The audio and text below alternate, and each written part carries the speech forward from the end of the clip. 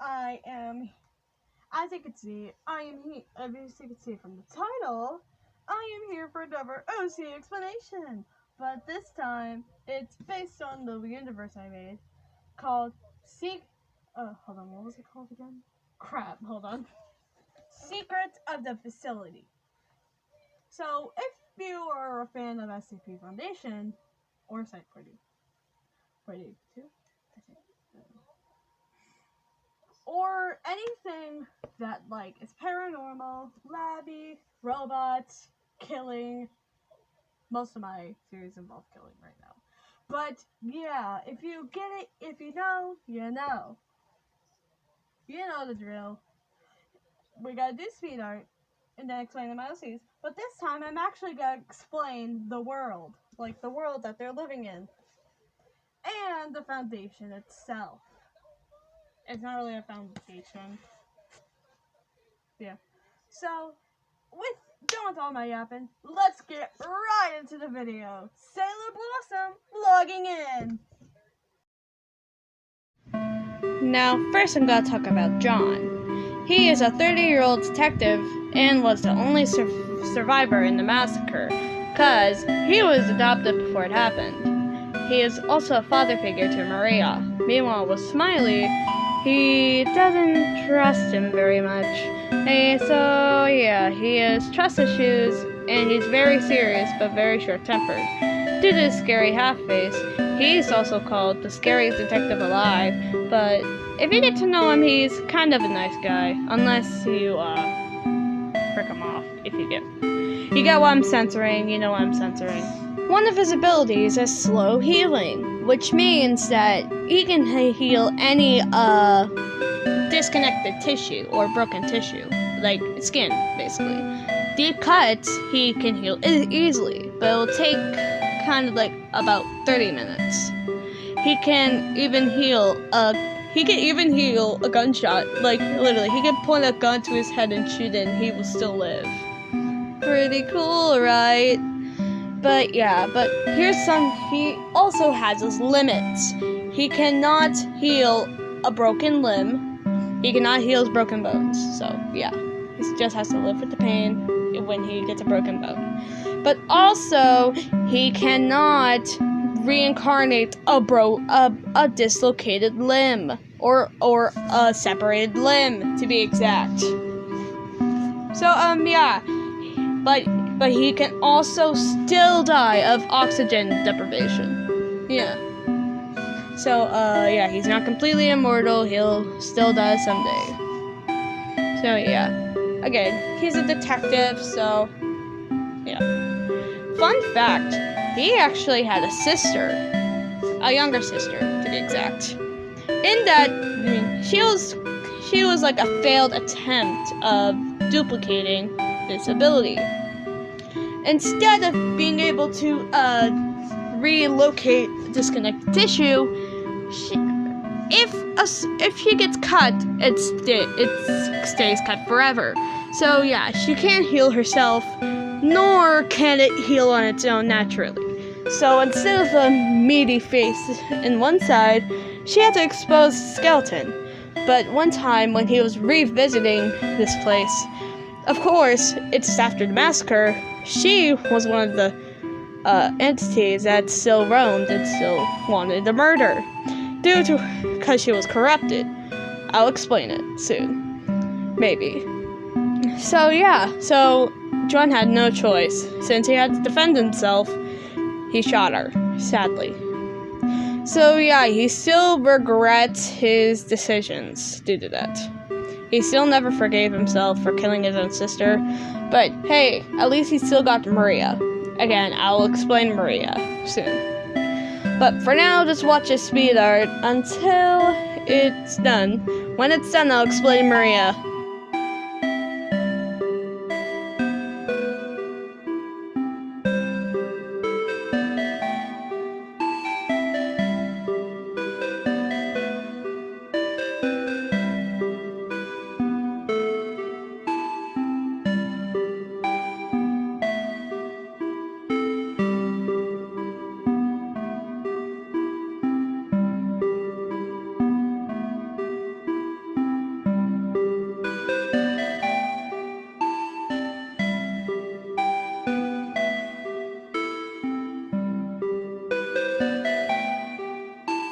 next we're talking about James.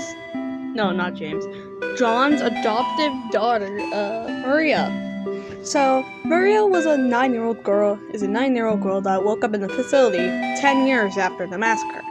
Kind of like a reanimation. She used to be an 8-year-old girl in the big manor, but died in a house fire. But when she got reanimated by the scientists, of course. Basically, hold on. Before I continue, I should add the reasoning of why they did that. So basically, like, they were thinking, hey, maybe if we can take someone out from the past, we can learn more about the past. So yeah, Maria was already a person, yeah. But yeah, that was like, she was still baking, like about minutes or hours from before the massacre. So when she got reanimated, she was in the same body, but completely forgotten about who she was. And, of course, as you can see, when there's a big eye with black liquid, where her eyes should be, so she couldn't really understand why people were afraid of her until she looked in the mirror. Well, when John came, he adopted her, so yeah. Oh, and by the way, instead of what classic parents do, John thought it was a good idea to teach Maria how to use a gun. Yeah, so, watch out! Meanwhile, with Smiley, of how she met Smiley, it's kind of confusing, especially since I'm gonna explain him after. Well, basically, how she met Smiley and got her trust instantly is when, I think her second day or third day in the facility, of course the abandoned facility, remember, just after the massacre, she,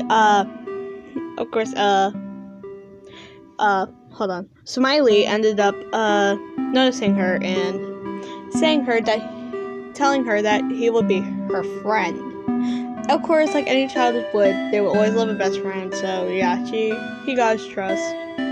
She got her trust, yeah. Jeez, I keep going for one gender. Anyways, and most of my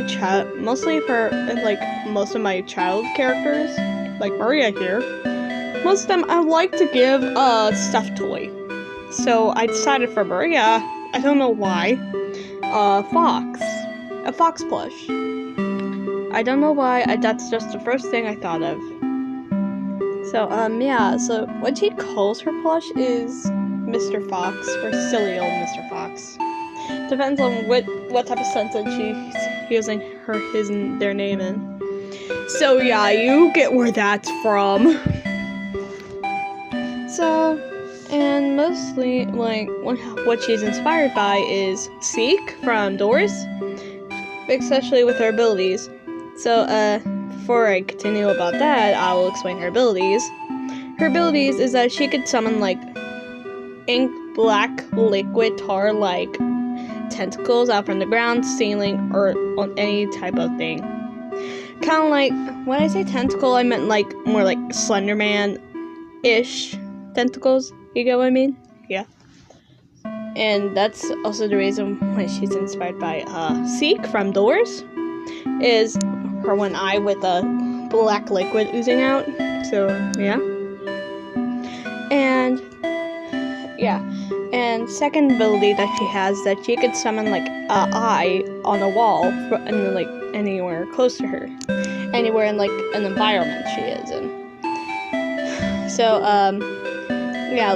she can see and hear out of that one eye, so she can overhear conversations, or just see what's going on in the next room, or to make sure the coast is clear before we should go somewhere. A very handy tool, but yeah, she really has to close her eyes and cover her ears so she could see well out of it and hear well out of it. She's not used to having two eyes. So, second inspo for her is probably Sally from Creepypasta. I think that's her name. Yeah, I think that's her name. If you don't know, Sally is a child.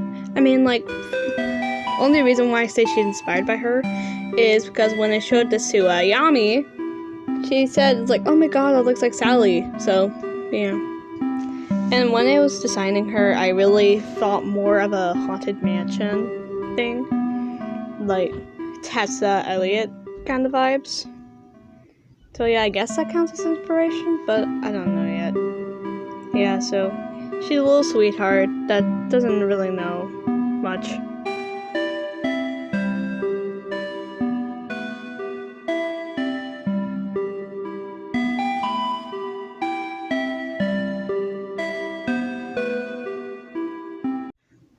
Okay, before I explain Smiley, I gotta point this out real quick because I know some people might think this is true.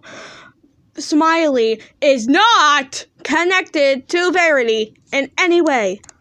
If I ever make them meet up, it would be confirmed as non-canon.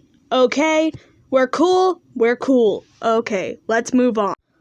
Oh, and another thing, Smiley was made before Verity, okay? I did not have this written down, so I might say a lot, so I apologize. Anyways, so Smiley was one of the robotics I keep stuttering, in the foundation or facility, whatever you want to take it. I do not know. Anyways, so Smiley was made as like a two-way robot. Like, a robot has two different bodies, but the same system, yeah. And Smiley was probably used for companionship, I think. Does that sound weird? Yeah, that sounds weird. Featuring a smiley face. That's also why I add a disclaimer there, because I already know how many people are gonna connect them to it's like someone from another horror series. Anyway. And was the one with the most amount of kills in the massacre. Of course, the form that you're seeing right now is kind of like the safest option, but still not that safe.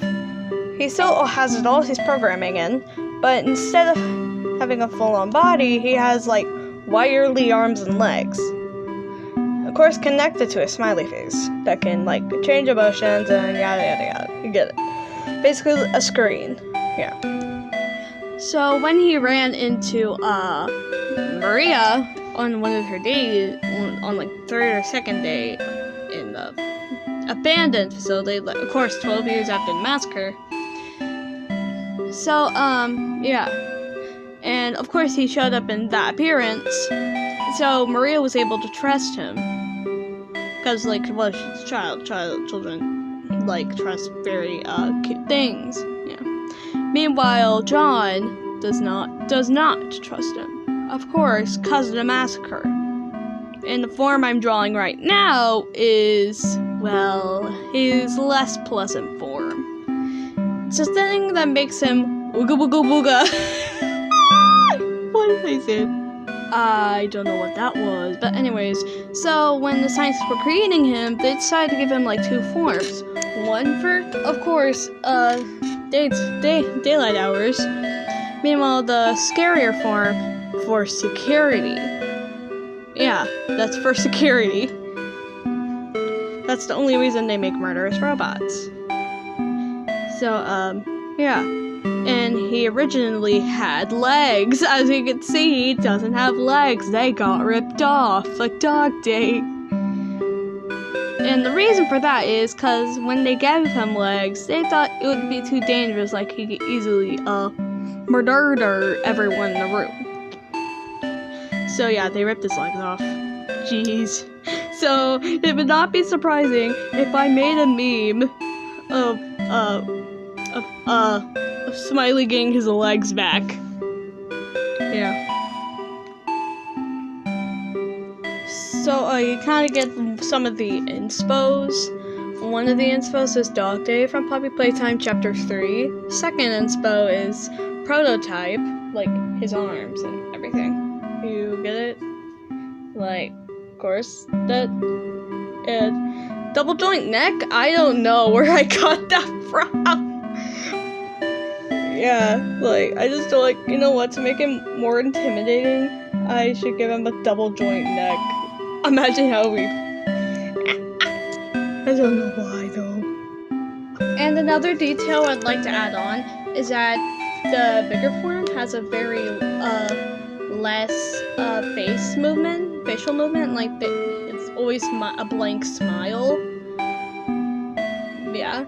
Meanwhile, his little form, or mini form, that's what I call it for now, has more face emotes, so he can express many more emotions. So yeah, one's more scarier. Like, yeah, you get it. I don't know why, but I also added something that makes people know that he killed someone for some reason. Okay, this is also a reference to the Happy Pills trend, or whatever it's called, like Happy Face trend, basically. The Happy Pills, yeah, etc. So basically, like when he like has a dead body in his hands, or like that he gets like these needles full of a yellow substance that makes the victim smiling, makes the eyes go yellow, like yellow eye color, and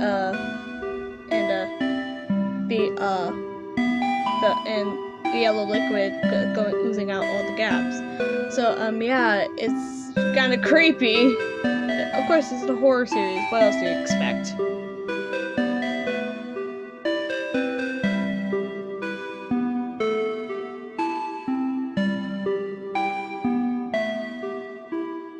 I will have to unfortunately put this video on loop so I have more time to talk. Anyways, let's talk about the whole setting itself. So, of course, this is basically all based around on the facility called the Paranormal Containment Center, or the TPCC, which is completely different from the SCP Foundation. First, I gotta clarify that and tell you why. Most of what this facility contains are man-made, except the SCP Foundation. They mostly track down anomalies and kidnap those anomalies and put them in that foundation. And plus, I gotta say the SCP Foundation has like mostly non-human beings. Meanwhile, in the TPCC, they mostly have human beings that were created to turn into not human beings. Wait, that doesn't make sense. It's like, yeah, they're basically experimenting on people, making killer robots. And fun fact, mostly technician students, or like people who are working or going for a technician, or going to college for I don't know how you call it, machinery, yeah, for a technician. Basically, they would go to this facility and try out some robotics, and every time they would leave, or someone scientist will ask them, keep or stay. I forgot. Yeah, I think they asked the junior engineer, take or leave. Basically, if they say take, well, they're taking their robotic creation with them. That means it's safe enough for society to handle, and it would do exactly what it's told. Meanwhile, if they say leave, that means it's too dangerous for the public. Or basically, it would just, of course, most of the robotics they make are killer robotics for security. Yes, they use killer robotics for security. Listen, I have a good imagination. And this is basically horror, so, of course, killer robots. Anyways, most of the workers at that foundation are basically killer robots for security to make sure no people sneak in and take anything valuable, like valuable documents. And scientists that work on people, creating different things, or making people like monsters and stuff. And hold on, and of course college students that are working for robotics. Yeah, they don't actually work there. They're just here just to work with robotics, basically. Yeah. So and now it's time to explain the massacre, because I've been talking about that a lot, and that's basically what all raveled around it, too. So, it's just a normal day. Maria's still getting created, and John's already left because he's already got adopted, and Smiley's just doing his own business. Of course, this is 12 years before, and then, And then most of the non-human species already decided they had enough. Or maybe something corrupted them. I don't know. I still confused about why. Of course, yeah. So, almost every scientist got murdered during that massacre. Some experiments were managed to escape and try to blend in with human society. Meanwhile, others are still corrupted, still want to murder, and are still in that facility. And Maria happened to wake up 10 years after the massacre. And of course, like I explained earlier, Smiley was the one that got the most kills during the massacre. And one of his abilities is manipulation, so he manipulated Maria to trust him. Meanwhile, with John, he didn't trust them much due to the fact that he had too much murders. So, and of course, John with his sister, she did not get adopted, and she got corrupted and causing, John to shoot her. Yeah, so I think that's all. And for the sake of your time, I'm gonna end it right here. Thank you so much for watching to the end. Please like and subscribe. That would definitely help me a lot. And yeah, there'll probably be a shortcoming soon about these guys. So yeah, this is Sailor Blossom logging out.